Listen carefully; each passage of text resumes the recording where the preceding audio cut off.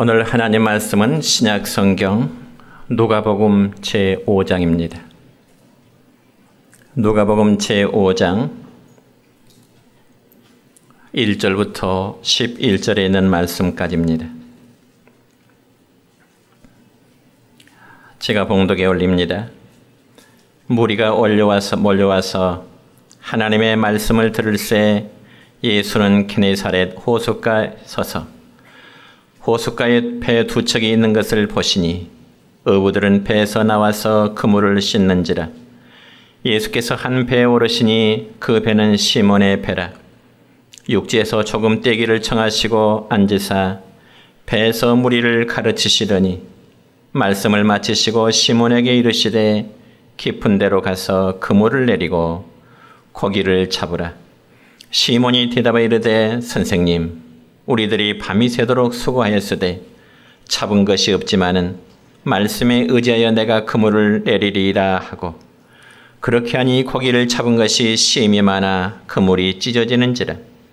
이에 다른 배에 있는 동무들에게 손짓하여 와서 도와달라 하니 그들이 와서 두 배의 채움에 잠기게 되었더라. 시몬 베드로가 이를 보고 예수의 무릎 아래 엎드려 이르되 주여, 나를 떠나소서, 나는 죄인이로소이다 하니, 이는 자기 및 자기와 함께 있는 모든 사람이 거기 잡힌 것으로 말미암아 놀라고 세베대 아들로서 시몬의 동업자인 야고보와 요한도 놀랐음이라. 예수께서 시몬에게 이르시되 무서워하지 말라. 이제 후로는 네가 사람을 취하리라 하시니 그들이 배들을 육지에 대고 모든 것을 버려두고 예수를 따르니라. 아멘.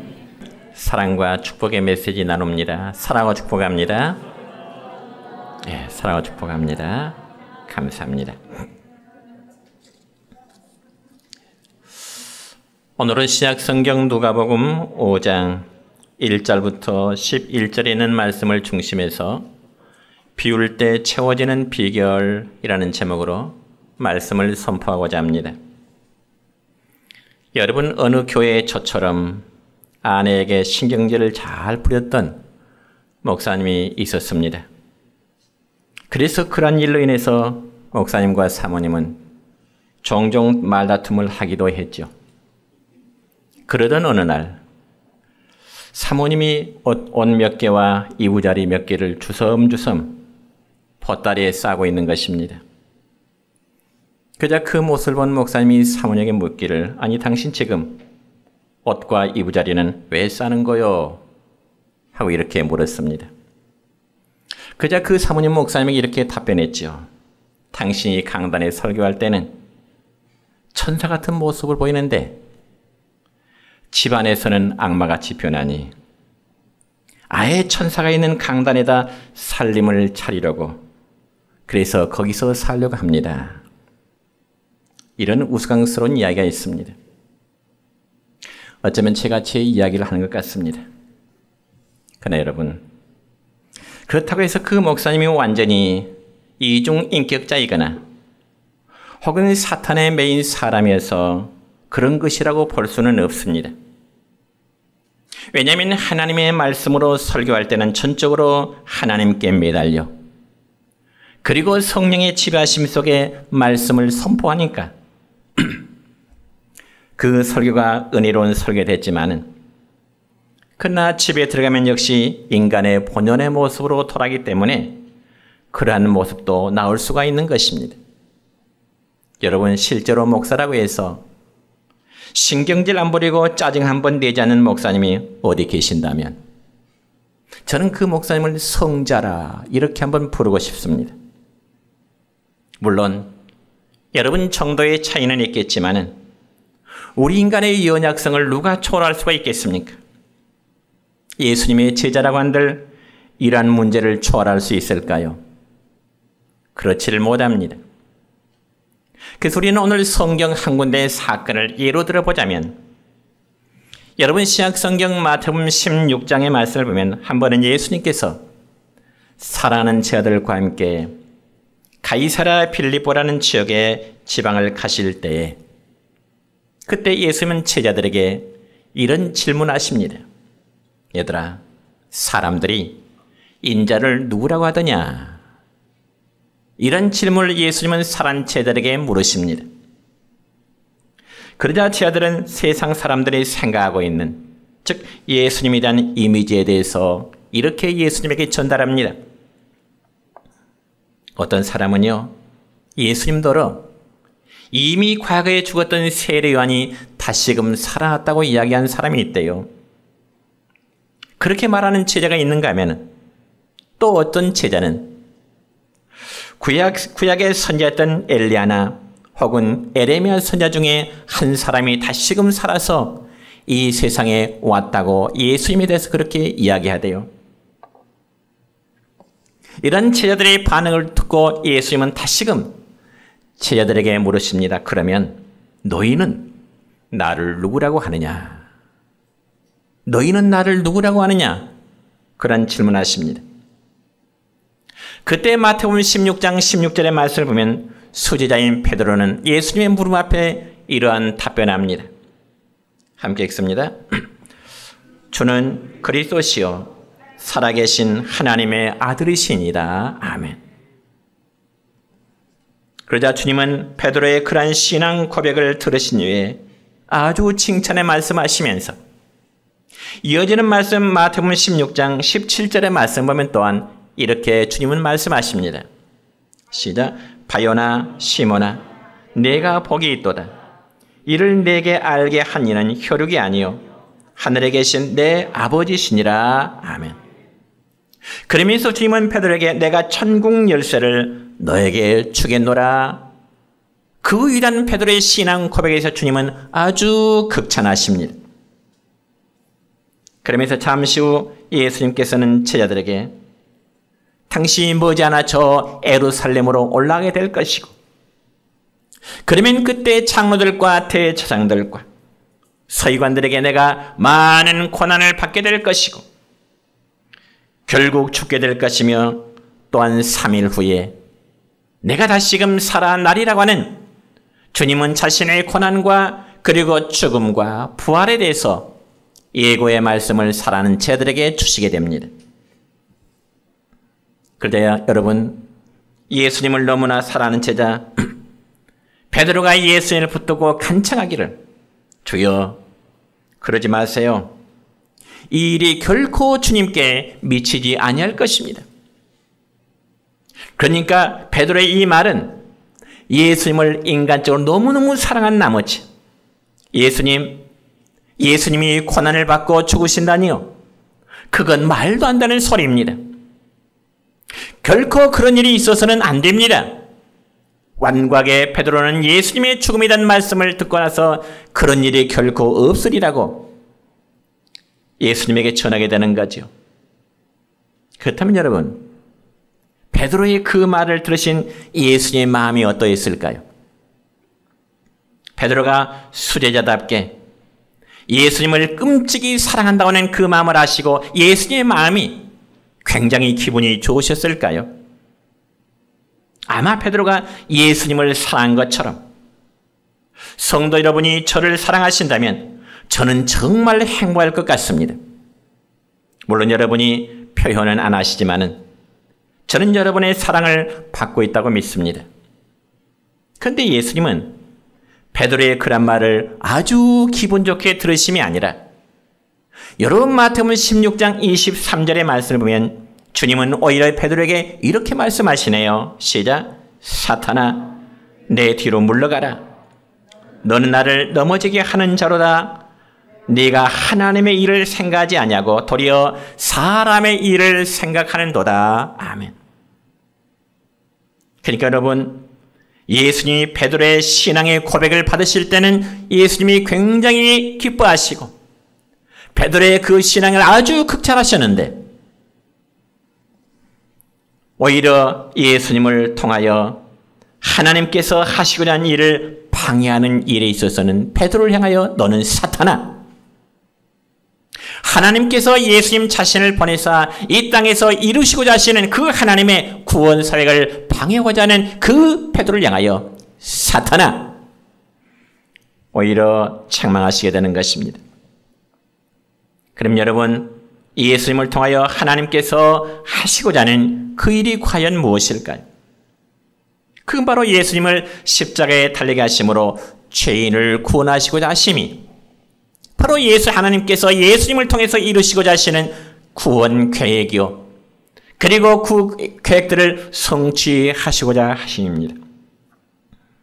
그러면 베드로는 예수님의 그 마음을 모르고요, 단순히 인간적인 하나의 사랑과 정 때문에 예수님께서 이루시고자 하신 그 일을 가로막고자 한 것입니다. 그러면서 예수님, 절대로 안 됩니다. 예수님이 죽으시다니요, 그런 일이 결코 있어서는 안 됩니다. 그러나 그것은 여러분, 하나님의 뜻도 아니요, 또한 예수님의 마음도 아닌 것입니다. 그러므로 사람이란 그릇과 같아서 저와 여러분의 마음을 성령님이 차지하시느냐, 아니면 마귀가 차지하느냐에 따라서 각 사람의 영원한 삶이 달라지게 되는 것입니다. 그래서 사람의 마음이라는 것은 욕심과 정욕과 교만 등 우리가 세상 것으로 가득 차면 찰수록 역시 사탄의 지배함 속에 우리는 살아갈 수밖에 없습니다. 그런 반면에 우리가 하나 앞에 우리의 마음을 피우면 피울수록 하나님의 은혜와 복을 누리게 된다는 사실을 여러분 꼭 믿으시기를 축원합니다. 그러면 우리는 이 시간 본 말씀을 통해서 우리 안에 하나님의 은혜를 채우기 위해서는 어떻게 해야 될 것인지 베드로의 사건을 통해서 우리는 영적인 교훈을 얻고자 합니다.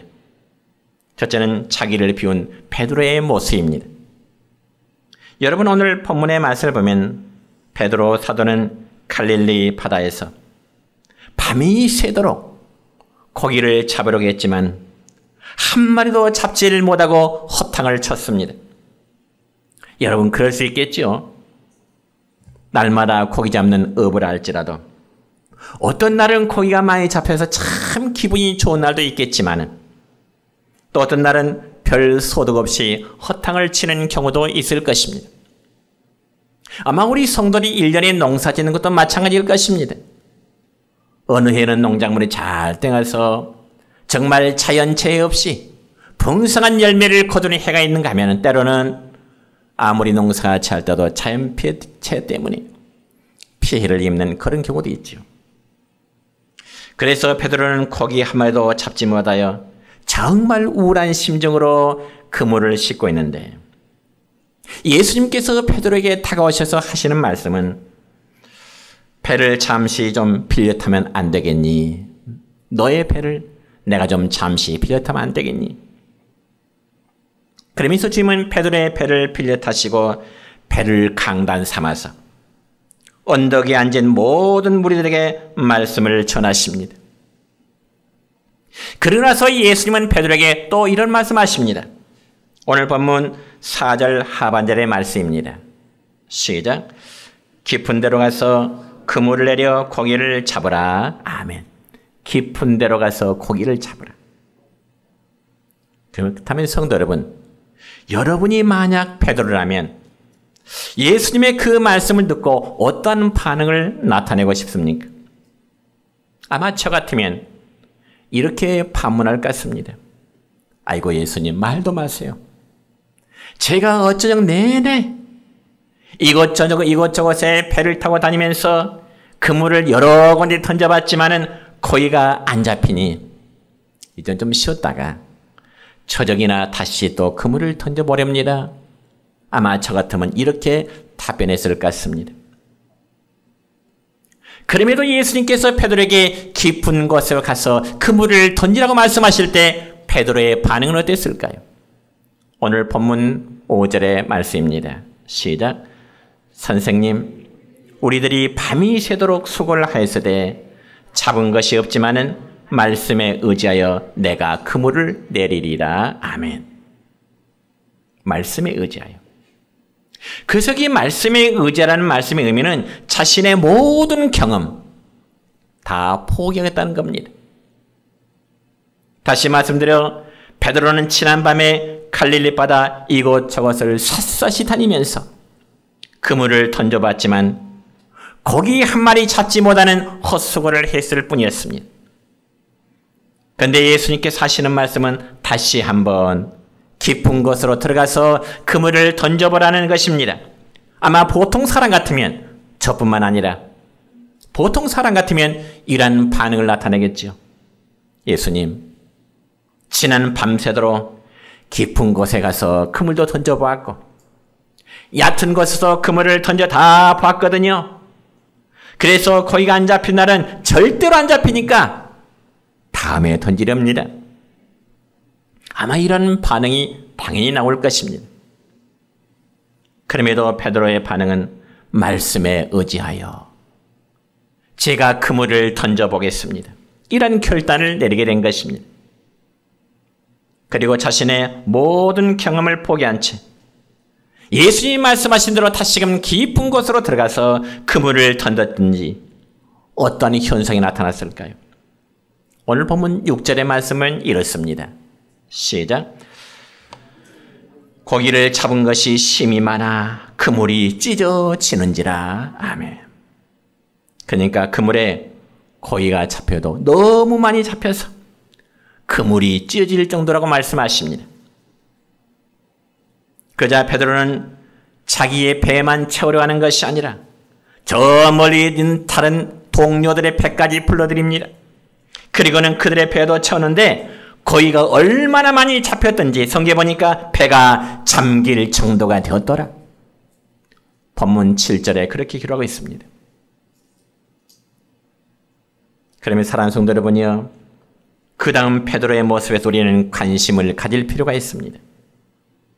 그물의 고기가 찢어질 만큼 그 많은 고기가 잡혀서 베드로가 얼마나 기쁘든지 정말 춤추고 아마 그런 모습이 될 거라 생각하지만은 그게 아니라 오늘 본문 8절의 말씀을 이렇습니다. 8절 시작. 시몬 베드로가 이를 보고 예수의 무릎 아래 엎드려 이르되 주여 나를 떠나소서 나는 죄인이로소이다. 그러니까 베드로는 그때서야 예수님이란 분이 어떤 분인지를 확실히 알 수 있게 된 것입니다. 그래서 예수님이라는 호칭이 바뀌어지게 되는 거죠. 어떻게 해요? 여러분 본문 5절에서 베드로는 예수님을 향하여 뭐라고 호칭하느냐? 선생님. 5절에서는 이 베드로가 예수님을 향하여 선생님이라고 호칭합니다. 그렇지만 본문 8절에서는 뭐라고요? 주여. 주여. 그렇다면 여러분, 예수님이라는 호칭이 선생님에서 주여라고 바뀌는 의미는 어떤 의미가 있을까요?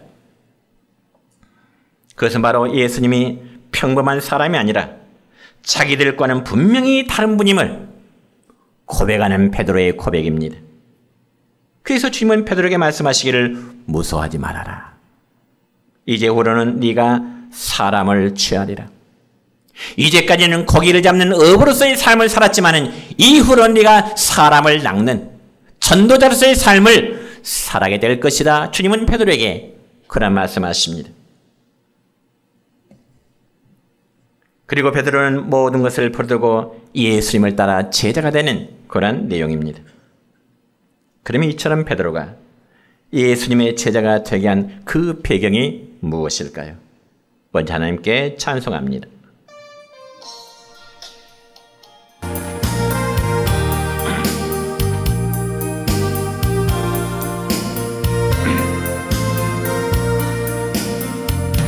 주님 것은 내 것이라고 고집하며 살아왔네. 금은 보화 자녀들까지 주님 것을 내 것이라.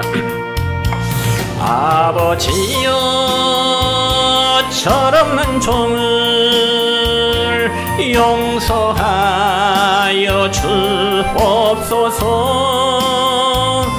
맡긴 사명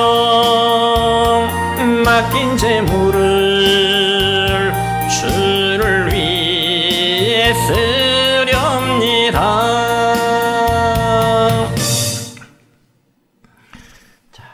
베드로가 예수님의 제자가 되게 한 배경 첫 번째는 자신의 죄에 대한 고백으로 자기를 비웠다는 데 있습니다. 여러분 다시금 오늘 본문 8절의 말씀을 다시 한번 읽으면 시몬 베드로가 이를 보고 예수의 무릎 아래 엎드려 이르되 주여 나를 떠나소서 나는 죄인이로소이다.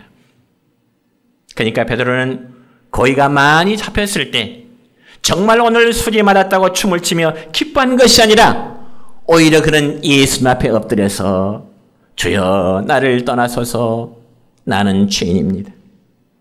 이는 자기를 완전히 비워버린 겸손의 자세라고 볼 수 있습니다. 여러분 사실 예수님께서 베드로에게 깊은 데로 가서 그물을 내라고 말씀하실 때 베드로의 입장에서는 자기의 경험이나 혹은 이제까지 갈릴리 바다에서 고기를 잡았던 자신의 전문성을 주장하지 않았습니다. 그리고 자신을 완전히 비워버렸습니다. 그리고 베드로는 예수님만 모시고 다니면 참 수지가 맞겠구나. 그러니 따라다니며 예수님을 이용해 먹어야 되겠다. 그렇게 생각하는 것이 아니라 오히려 그는 예수님 앞에 무릎을 꿇으면서 주여 나를 떠나소서. 나는 죄인입니다. 그런 반면 여러분 예수님의 제자였던 가룟 유다는 어떠했을까요?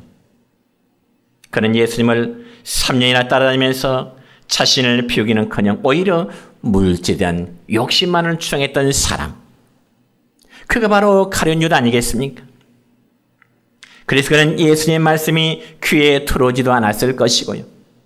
어떻게 하면 수단 방법 가리지 않고 돈을 좀 벌어볼까 하는 야심을 가지고 결국은 예수님을 은 30 받고 팔아넘기는 그런 제자가 되었던 것입니다. 그렇다면 여러분 가룟 유다가 자기의 선생인 예수님을 팔아넘기고 받았던 은 30냥 그 돈 잘 썼을까요?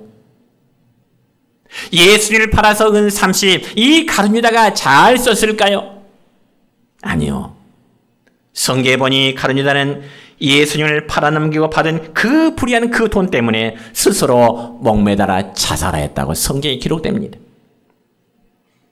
그렇지만 오늘 본문의 주인공인 베드로는 자기가 기술이 좋아서 고기를 많이 잡았다 생각하지 아니하고 전적으로 예수님의 기적을 통해서 예수님의 말씀에 한번 순종해 봤더니 순종은 많은 기적의 역사가 나타났음을 고백하고 있는 것입니다.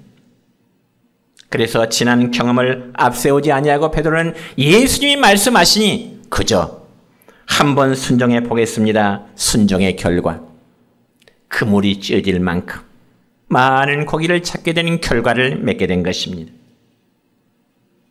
그러면서 자신의 무능함과 그리고 자신의 비천함을 발견하고 예수님 앞에 엎드려 주여 나를 떠나소서 나는 죄인입니다. 회개의 고백을 하게 된 것입니다. 이처럼 우리도 베드로처럼 하나 앞에 그리고 예수님 앞에 우리 자신을 비우는 것 복을 받을 수 있는 기회임을 믿으시기를 바랍니다. 그리고 두 번째로 예수님의 제자가 되기 위해서는 모든 것을 버리는 결단이 베드로에게 있었습니다. 여러분 베드로는 예수님을 통해서 많은 고기를 잡았다고 해서 그 고기를 자기 혼자 챙기는 것이 아니라 오히려 모든 것을 버려두고 예수를 따르더라 말씀하십니다. 그러니까 베드로는 예수님을 통해서 많은 고기를 잡았지만은 그러나 예수님은 오히려 베드로를 사람의 전도자로 찾게 된 것입니다. 이처럼 자기를 비우니까 사랑하는 예수님의 수제자가 되었고 그리고 수많은 영혼을 구원하는 주님의 통역자가 된 것입니다. 여러분 우리 기독교사에 성 안토니우스라는 사람이 있는데요. 그는 이 주후 250년경 이집트라는 나라의 부잣집 아들로 태어났습니다. 성 안토니우스. 그런데 그는 어느 날 신약 성경 마태복음 19장의 성경 말씀을 펼쳐서 읽게 되었습니다. 그런데 마태복음 19장의 내용을 읽다 보니까 어떤 내용이 나오냐면 한 부자 청년이 예수님과 대화를 나누는 거예요. 그 대화 내용이 뭐냐? 바로 마태복음 19장 16절의 말씀입니다. 시작. 선생님이여 내가 무슨 선한 일을 하여야 영생을 얻으리까? 이런 질문입니다. 내가 무슨 선한 일을 해야 영원히 살 수 있는 길이 열릴까요? 이런 질문에서 예수님은 마태복음 19장 21절 보니까 이런 답을 주시네요. 시작. 네가 온전하고자 할진대 가서 네 소유를 팔아 가난한 자들에게 주라. 그리고 와서 나를 따르라. 어쩌면 마태복음 19장에 있는 내용의 말씀이 성 안토니우스 생각에는 꼭 자기에게 주어지는 말씀으로 읽혀지는 겁니다. 즉 예수님은 부자 청년에게 자기의 소유를 다 팔아서 가난한 자들에게 나눠주고 와서 나를 따르라. 그래서 안토니우스는 이 말씀을 받고 큰 은혜를 받게 되죠. 그리고 나서 자기는 부자가 이 세상 것 채우는 부자가 되어서는 안 되겠다. 그래서 부모로부터 물려받은 재산의 일부를 누이 동생에게 나눠주고 나머지 모든 사람들에게 남은 전 재산을 팔아서 가난한 사람이 나눠주고요. 자신은 동굴 속에서 산속 동굴 속에서 은둔 생활을 하였다는 그런 기록이 있습니다. 사랑하는 성도 여러분이요, 사람이 자기의 소유를 버린다는 것은 결코 쉬운 일이 아닙니다.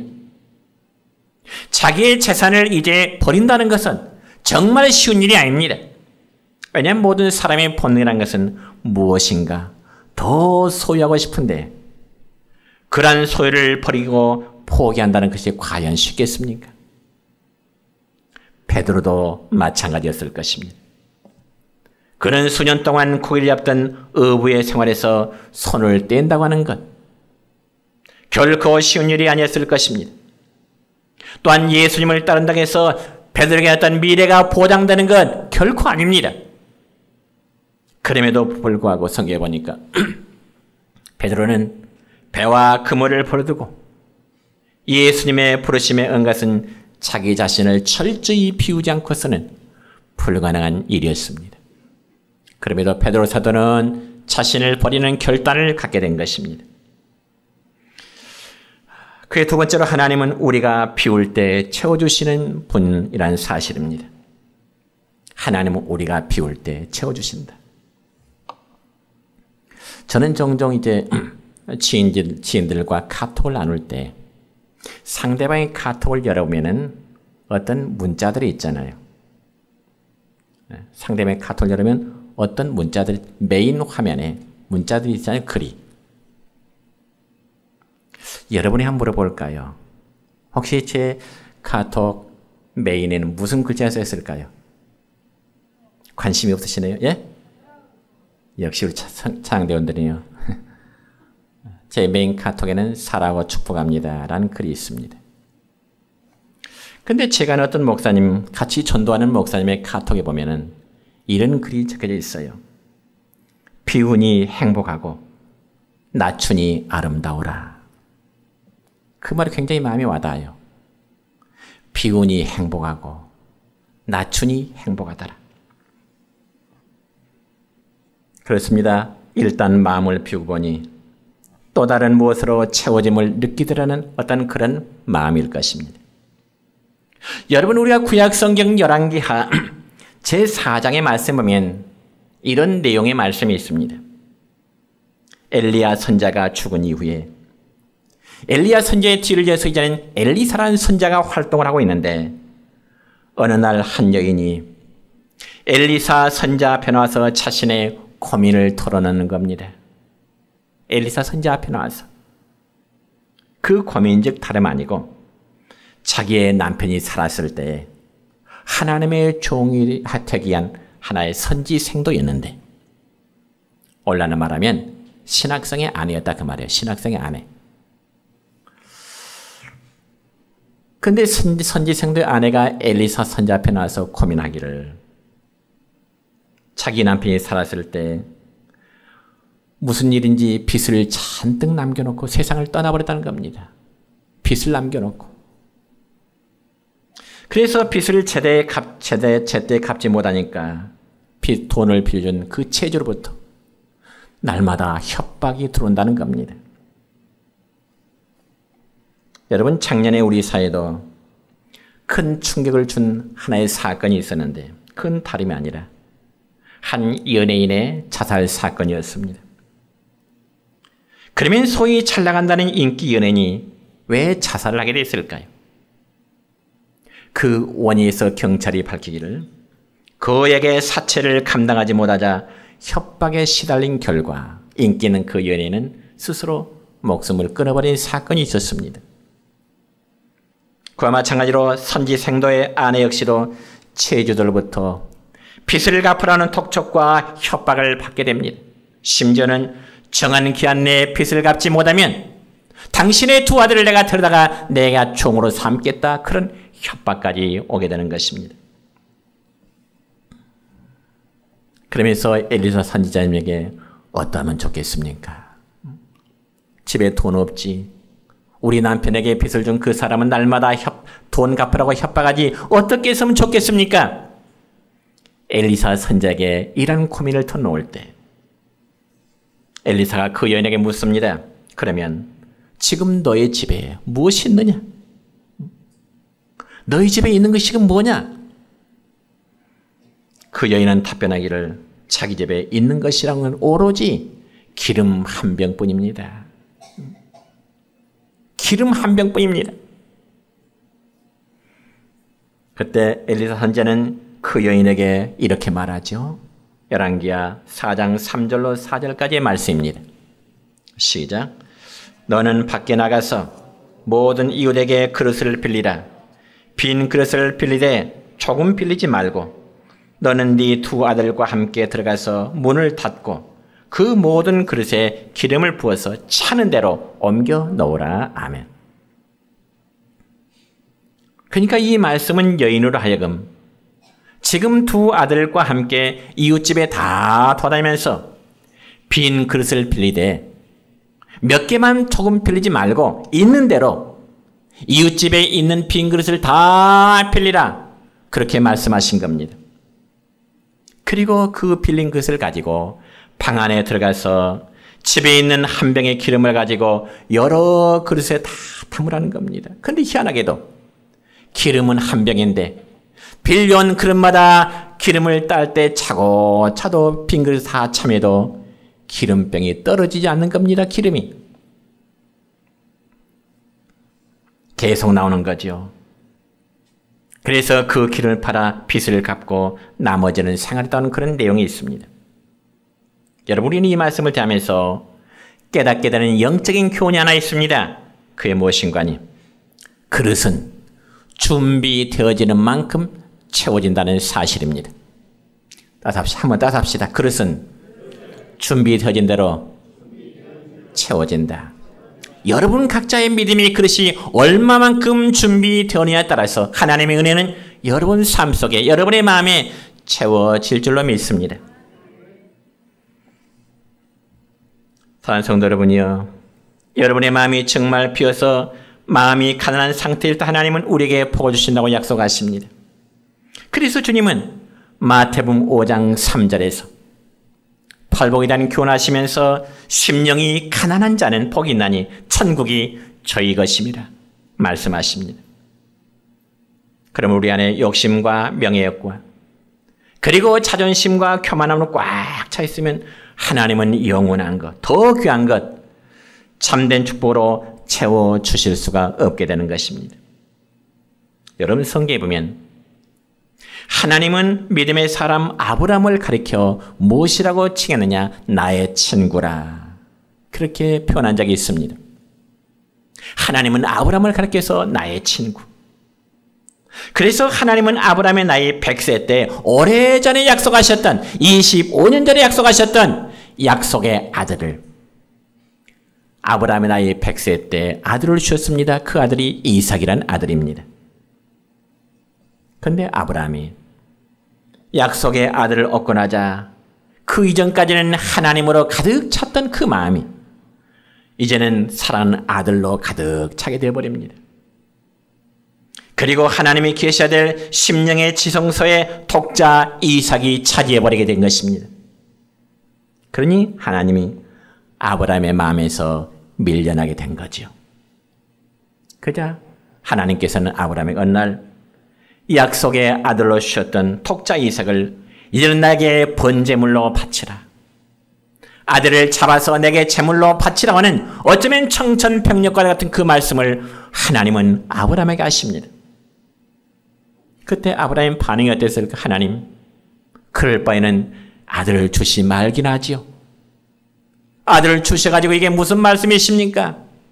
25년이 약속하셨던 주마고 약속하셨던 그 아들을 25년 후에 주셨던 이 아들, 사랑스러운 내 아들을 이제는 제물로 하나님께 바치라니요. 차라리 이럴 바에는 주시지를 말든지. 그런 마음이 가질 수 있겠지만 성경에 아브라함은 어때요? 주저하지 않고 순정하여 아들 이삭을 제물로 드리게 해서 아들을 결박시킵니다. 그리고 칼을 들어 내리치려고 할 때 하나님의 음성이 아브라함에게 들립니다. 뭐라고요? 창세기 22장 12절의 말씀입니다. 시작. 그 아이에게 네 손을 대지 말라. 그에게 아무 일도 하지 말라. 네가 내 아들 네 독자에게도 내게 아끼지 아니하였으니 내가 이제야 네가 하나님 경외한 줄 아노라. 이 말은 아브라함아, 네가 네 아들 독자보다 나를 더 사랑하는 줄 내가 이제 인정했다. 아브라함의 믿음을 하나님이 합격 선언과도 마찬가지입니다. 그러면서 하나님은 아브라함에게 또 복의 약속을 하세요. 어떻게 해요? 창세기 22장 17절입니다. 시작. 내가 네게 큰 복을 주고 네 씨가 크게 번성하여 하늘의 별과 같고 바닷가의 모래와 같게 하리니 네 씨가 그 대적의 성문을 차지하리라. 아멘. 그러자 아브라함의 심령에는 다시금 하나님으로 가득 찰 수밖에 없습니다. 여러분, 우리의 마음은 하나 앞에 비워야 할 것 좀 비워야 되고, 하나 앞에 우리의 마음들을 비워야 될 부분들은 좀 비워야 하나님이 채우신다는 그 복을 여러분 믿으시기 바랍니다. 육신의 속으로 가득 차 있으면 하나님이 더 주시고자 하지만은 주실 복이 없는 거예요. 주시고자 하질 않습니다. 이제 말씀했습니다. 오늘 말씀의 주인공인 베드로는 그가 예수님의 제자로 부르심을 받고자 할 때 그의 모든 것을 비움으로 가능했습니다. 배를 버리는 비움이 있었고, 가족과 떨어지 않은 마음의 비움이 있었고, 자기의 경험과 모든 것을 비워버렸습니다. 왜냐하면 그러한 조건들을 비우지 않고는 사람을 낚는 전도자로서의 모습으로 살아갈 수가 없기 때문에 그렇습니다. 그러나 그가 비울 것을 비움으로 주님의 제자로서 큰 역할을 할 수 있었듯이 저와 여러분 하나 앞에 비워야 될 모습이 무엇인가를 한번 깨닫고 비움으로 하나님의 더 큰 복을 받는 성도 여러분 되시기를 주님의 이름으로 축원합니다.